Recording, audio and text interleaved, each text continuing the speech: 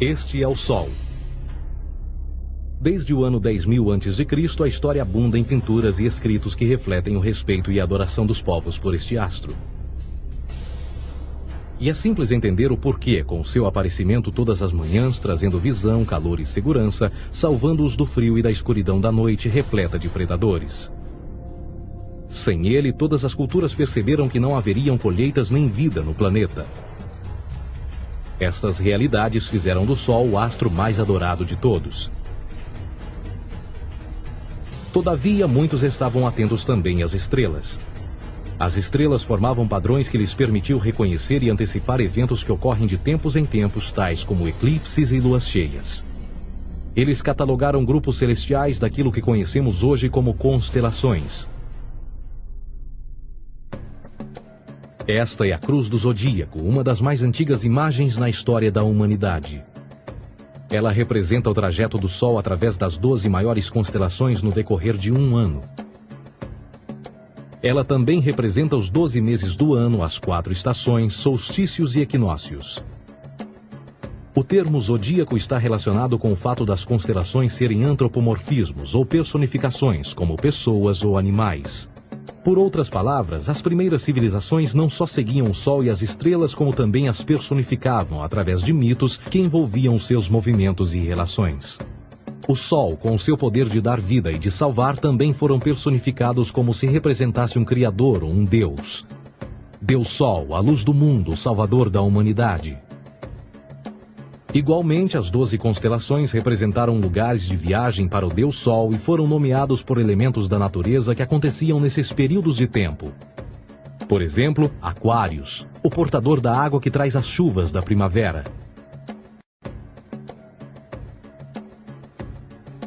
Este é Horus. Ele é o Deus Sol do Egito de 3.000 a.C. Ele é o Sol antropomorfizado e a sua vida é uma série de mitos alegóricos que envolvem o movimento do Sol no céu. Dos antigos hieróglifos egípcios conheceu-se muito sobre esse Messias solar.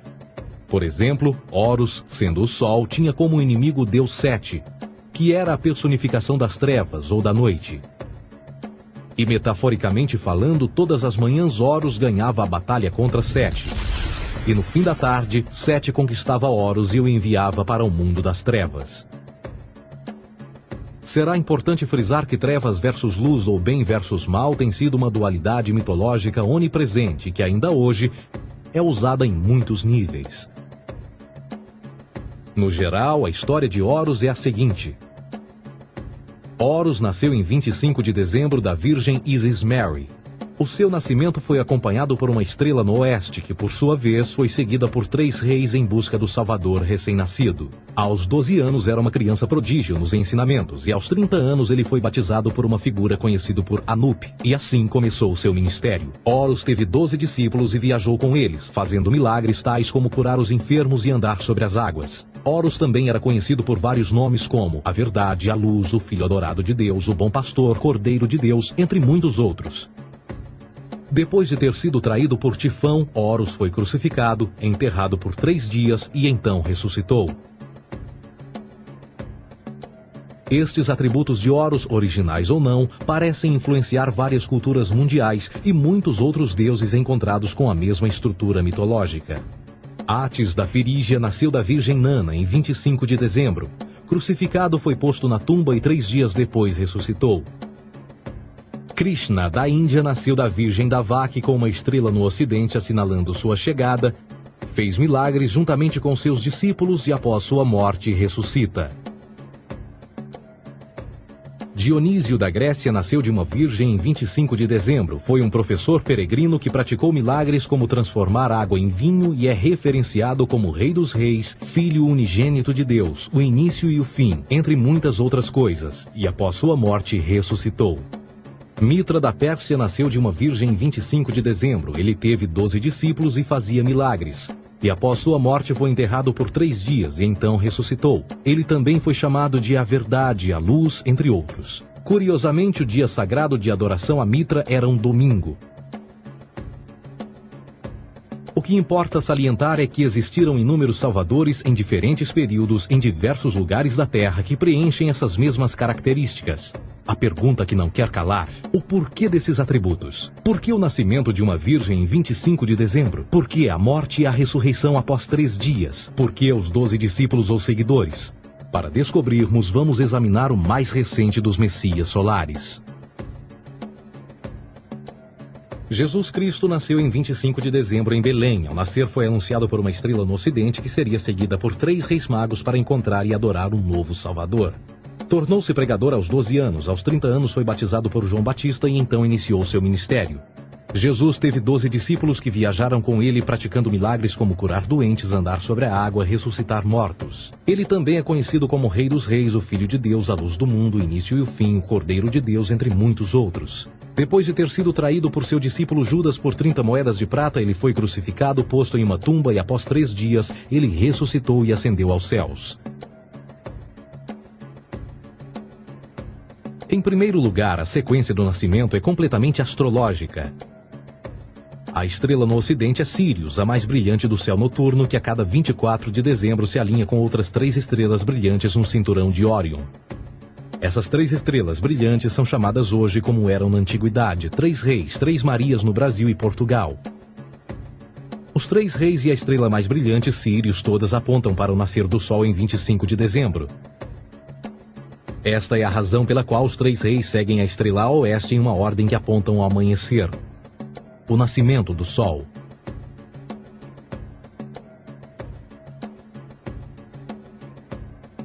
A Virgem Maria é a constelação de Virgo, também conhecida como Virgo, a Virgem. Virgo em latim significa virgem. Virgo também é conhecida como a Casa do Pão. E a representação de Virgo é uma virgem segurando um feixe de espigas de trigo. Esta Casa do Pão e o seu símbolo das espigas de trigo representa agosto e setembro, a época das colheitas. Por sua vez, Belém é a tradução ao pé da letra de A Casa do Pão. Belém também é a referência à constelação de Virgem, um lugar no céu, não na terra. Existe outro fenômeno muito interessante que ocorre em 25 de dezembro, é o solstício de inverno. Do solstício de verão ao solstício de inverno, os dias se tornam mais curtos e frios. Da perspectiva de quem está no hemisfério norte, o Sol parece se mover para o sul, ficar menor e mais fraco. O encurtamento dos dias e o fim das colheitas conforme se aproxima o solstício de inverno, simbolizando o processo de morte. Era a morte do Sol. Pelo 22º dia de dezembro, o falecimento estava completamente realizado e faz com que atinja seu ponto mais baixo no céu. Aqui algo curioso acontece. O Sol para de se mover por 3 dias. Durante estes 3 dias, o Sol fica pelas redondezas da constelação do Cruzeiro do Sul, ou Alfa Crucis. Depois desse período, em 25 de dezembro, o Sol se move 1 grau, dessa vez para o norte, trazendo perspectiva de dias maiores, mais calor e a primavera.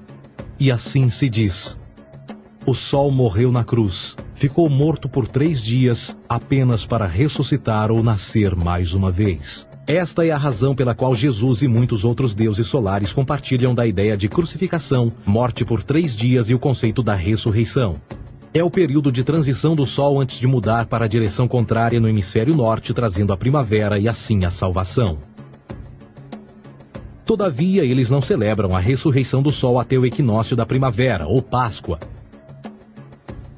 Isto é porque no equinócio da primavera o Sol domina oficialmente o mal, as trevas, assim como o período diurno se torna maior que o noturno. E o revitalizar da vida na primavera emerge. Agora, provavelmente, a analogia mais óbvia de todas neste simbolismo astrológico são os 12 discípulos de Jesus. Eles são simplesmente as 12 constelações do zodíaco com que Jesus, sendo o Sol, viaja.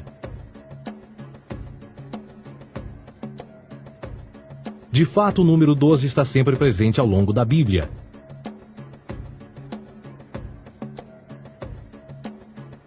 Voltando à cruz do zodíaco, o elemento figurativo da vida é o Sol. Isto não é uma mera representação artística ou ferramenta para seguir os movimentos do Sol. Era também um símbolo espiritual pagão. Uma logografia similar a isto. Isto não é um símbolo do cristianismo. é uma adaptação pagã da cruz do zodíaco.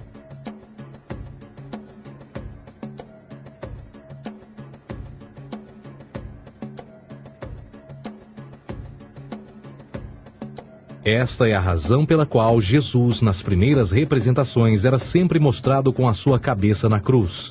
Jesus é o Sol, Filho de Deus, a luz do mundo. O Salvador a erguer-se, que renascerá, assim como o sol faz todas as manhãs. A glória de Deus que defende contra a força das trevas. Assim como renasce a cada manhã, e que pode ser visto através das nuvens, lá em cima nos céus, com a sua coroa de espinhos ou os raios de sol.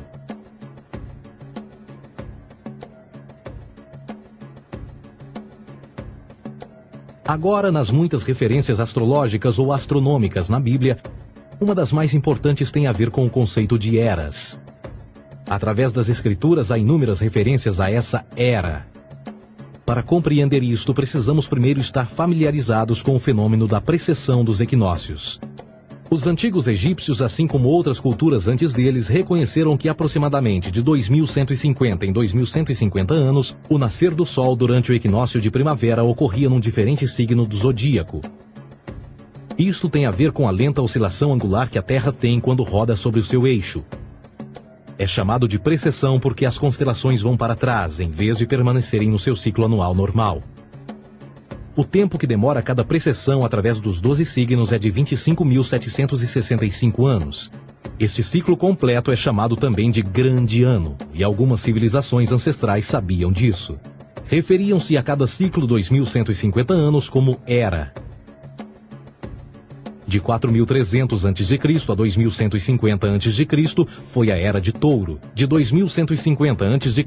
a 1 d.C. foi a Era de Áries. E de 1 d.C. a 2.150 d.C. é a Era de Peixes, a era que permanecemos nos dias de hoje. E por volta de 2150 entraremos na nova era, a Era de Aquários. Agora, a Bíblia refere-se por alto ao movimento simbólico durante 3 eras, quando se vislumbra já é uma quarta. No Velho Testamento, quando Moisés desce o Monte Sinai com os 10 mandamentos, ele está perturbado ao ver sua gente adorar um bezerro dourado. De fato, ele até partiu as pedras dos 10 mandamentos e disse a todos para se matarem uns aos outros para purgarem o mal. A maior parte dos estudiosos da Bíblia atribuem esta ira de Moisés ao fato de os israelitas estarem adorando a um falso ídolo, ou algo semelhante. A realidade é que o bezerro dourado é o Taurus, touro. E Moisés representa a nova era de Áries. Esta é a razão pela qual os judeus ainda hoje assopram com o chifre do carneiro. Moisés representa a nova era de Áries. E perante esta, todos têm de largar a velha. Outras divindades, tais como Mitra, marcam essa transição também. Um deus pré-cristão que mata o touro, na mesma linha simbólica. Agora Jesus é a figura portadora da era seguinte à de Áries, a era de Peixes. O simbolismo de peixes é abundante no Novo Testamento, assim como Jesus alimenta 5.000 pessoas com pão e 2 peixes. No início do seu ministério, enquanto caminhava ao longo da Galileia, conhece 2 pescadores que o seguem. Agora reflita se voltar a ver um adesivo em formato de peixe escrito Jesus na traseira dos carros. Poucos sabem o que aquilo no fundo representa. É um simbolismo astrológico pagão para o reinado do Sol durante a Era de Peixes. Jesus assumiu também que a data do seu nascimento é também a data do início desta era. Em Lucas 22:10, quando Jesus é questionado se a próxima passagem será depois de ele ir embora, Jesus responde: Eis que quando entrardes na cidade, encontrareis um homem levando um cântaro de água. Segui-o até a casa em que ele entrar. Esta escritura é de longe a mais reveladora de todas as referências astrológicas. O homem que leva um cântaro de água é Aquários, o portador de água, que é sempre representado com um homem despejando uma porção de água. Ele representa a era depois de Peixes, e quando o Sol, Filho de Deus, sair da era de Peixes, Jesus, entrará na casa de Aquários, e Aquário é antes de Peixes na precessão dos equinócios. Tudo o que Jesus diz é que depois da era de Peixes chegará a era de Aquário.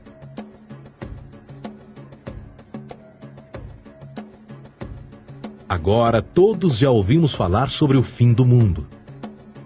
Deixando à parte o lado cartunista no livro de Apocalipse, a espinha dorsal nesta ideia surge em Mateus 28:20, onde Jesus diz: Eu estarei convosco até o fim do mundo, dos séculos em português. Contudo, na tradução inglesa da Bíblia, a palavra mundo está mal traduzida. A palavra realmente usada era aion, que significa era. Eu estarei convosco até o fim da era, o que no fundo é verdade. Jesus, como personificação solar de peixes, irá acabar quando o Sol entrar na era de Aquário. Este conceito de fim dos tempos e do fim do mundo é uma má interpretação desta alegoria astrológica. Vamos dizer que aproximadamente 100 milhões de brasileiros acreditam que o fim do mundo está próximo. Além disso, o personagem de Jesus, literalmente e astrologicamente um híbrido, só demonstra o quão plágio do deus Sol Horus do Egito, Jesus é. Por exemplo, inscrito há 3.500 anos atrás, nas paredes do templo de Luxor, no Egito, estão imagens da Enunciação, da Imaculada Concepção, do nascimento e da adoração a Horus. As imagens começam com o anúncio à Virgem Ísis de que ela irá gerar Horus, que Nefe, o Espírito Santo, irá engravidar a Virgem, e depois o parto e a adoração, e que é não mais do que o milagre da concepção de Jesus. Na verdade, as semelhanças entre Horus e Jesus são flagrantes.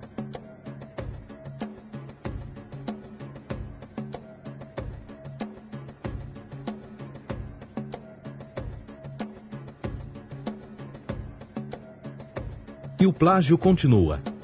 A história de Noé e da sua arca é tirada diretamente das tradições. O conceito de dilúvio é presente em todas as antigas civilizações, em mais de 200 diferentes citações em diferentes períodos e tempos. Contudo, não será preciso ir muito além da fonte pré-cristã para encontrar a epopeia de Gilgamesh, escrita em 2600 a.C. Esta história fala sobre grandes inundações ordenadas por Deus, uma arca com animais salvos e até mesmo o libertar e o retornar da pomba entram em concordância com a história bíblica, entre muitas outras semelhanças. E depois há a história plagiada de Moisés. Sobre o nascimento de Moisés, disse que ele foi colocado numa cesta de cana e lançado ao rio para evitar um infanticídio. Ele foi mais tarde salvo pela filha de um rei e criado por ela como um príncipe. Esta história do bebê numa cesta foi retirada do mito de Sargão de Acade por volta de 2250 a.C. Depois de nascer, Sargão foi posto numa cesta de rede para evitar um infanticídio e lançado ao rio. Foi depois salvo e criado por Aqui, uma esposa da realeza Acádia. Além disso, Moisés é conhecido como legislador, portador dos 10 mandamentos e da lei mosaica. Contudo, a ideia de a lei ser passada de um deus para um profeta numa montanha é também antiga. Moisés é somente um legislador numa longa linha de legisladores na história mitológica. Na Índia, Manou foi o grande legislador. Na ilha de Creta, Minos ascendeu ao monte Ida, onde Zeus lhe deu as leis sagradas. Enquanto que no Egito, Moisés tinha nas suas pedras tudo o que Deus lhe disse. E no que diz respeito a estes 10 mandamentos, foram retiradas a papel químico do feitiço 125 do Livro dos Mortos do Antigo Egito. O que é que o Livro dos Mortos dizia? Eu nunca roubei, tornou-se tu nunca roubarás. Eu nunca matei, tornou-se nunca matarás. Eu nunca menti, tornou-se nunca levantarás falsos testemunhos, e por aí adiante. A religião egípcia é, no fundo, a base fundamental para a teologia judaico-cristã.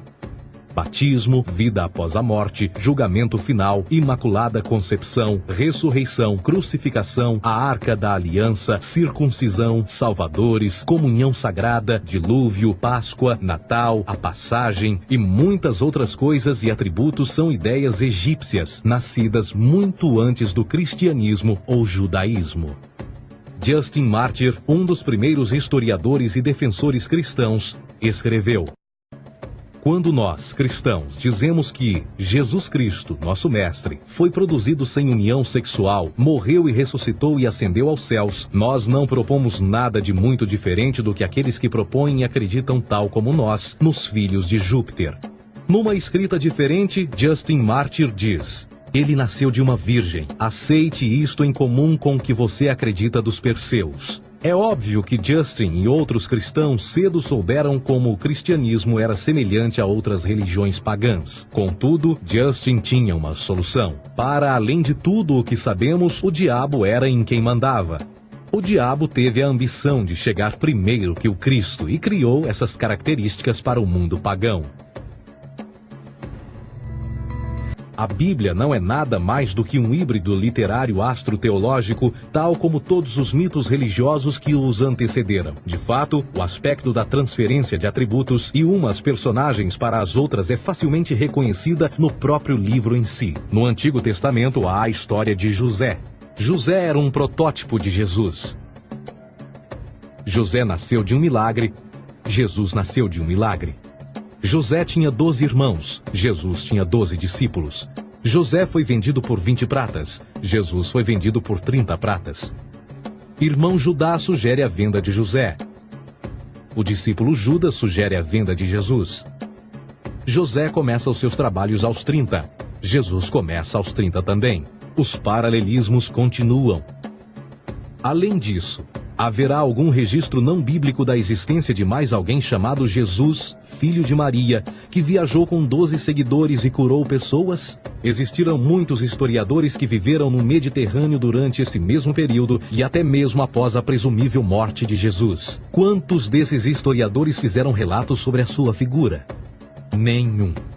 Porém, para sermos justos, não significa que os defensores da existência de Jesus nunca tenham reclamado o contrário. São particularmente 4 referidos como pioneiros sobre a teoria da existência de Jesus: Plínio o Jovem, Suetônio e Tácito. Cada uma das suas máximas consiste apenas em algumas frases em que, na melhor das hipóteses, se refere a Christus ou Cristo, e que na realidade não é um nome, mas sim uma titulação. A 4ª fonte é Joséfo, cujos documentos ficou provado terem sido falsificados séculos atrás e, para infortúnio da humanidade, por muitos ainda visto como verdadeiros. Poderá alguém ter se aproveitado das ideias renascer dos mortos, a ascensão ao reino dos céus e a prática de milagres e que a partir daí tenha começado a surgir nos registros históricos?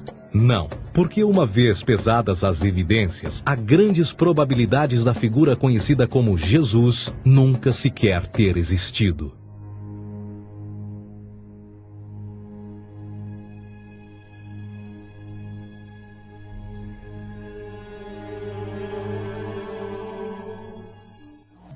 A realidade consiste em que Jesus foi a divindade solar do setor gnosticista cristão e, tal como outros deuses pagãos, era uma figura mítica. Foi sempre o poder político que procurou monopolizar a figura de Jesus para controle social. Por volta de 325 d.C., em Roma, o imperador Constantino reuniu o Concílio Ecumênico de Nicéia e foi durante esta reunião que as doutrinas políticas com motivação cristã foram estabelecidas e assim começou uma longa história de derramamento de sangue e fraude espiritual. E nos 1600 anos que se seguiram, o Vaticano dominou politicamente e com mão de ferro toda a Europa, conduzindo-a a um período de obscurantismo, onde o conhecimento era apenas um privilégio da Igreja, as Cruzadas e a Santa Inquisição. O cristianismo, bem como todas as crenças teístas, são a fraude desta era. Serviu para afastar os seres humanos do seu meio natural e da mesma maneira uns dos outros. Sustenta a submissão cega do ser humano à autoridade. Reduz a responsabilidade humana sob a premissa de que Deus controla tudo e que, por sua vez, os crimes mais terríveis podem ser justificados em nome da perseguição divina. E o mais importante, dá o poder àqueles que sabem a verdade e usam o mito para manipular e controlar sociedades. O mito religioso é o mais poderoso dispositivo já criado e serve como base psicológica para que outros mitos floresçam ou justifiquem.